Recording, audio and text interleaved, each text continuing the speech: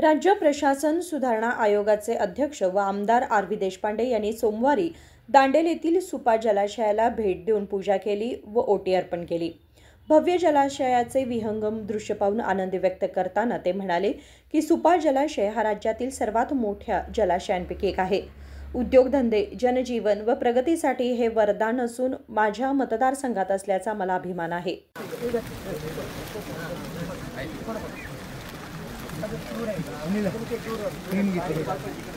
श्री कालिका देवताभ्यो नमः। पश्चात् मंगलाराधनञ्च करिष्ये।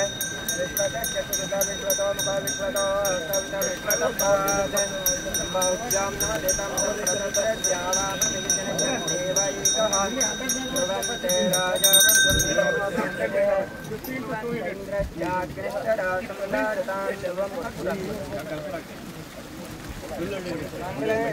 समर्पयामि।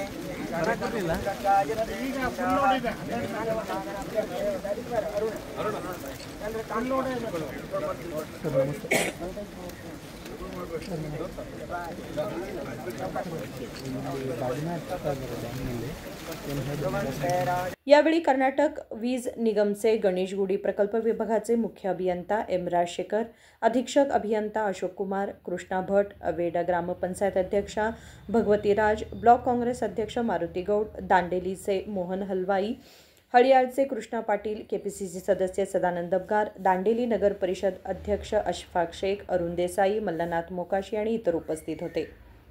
निखिल असुकर, KMM मराठी, रामनगर।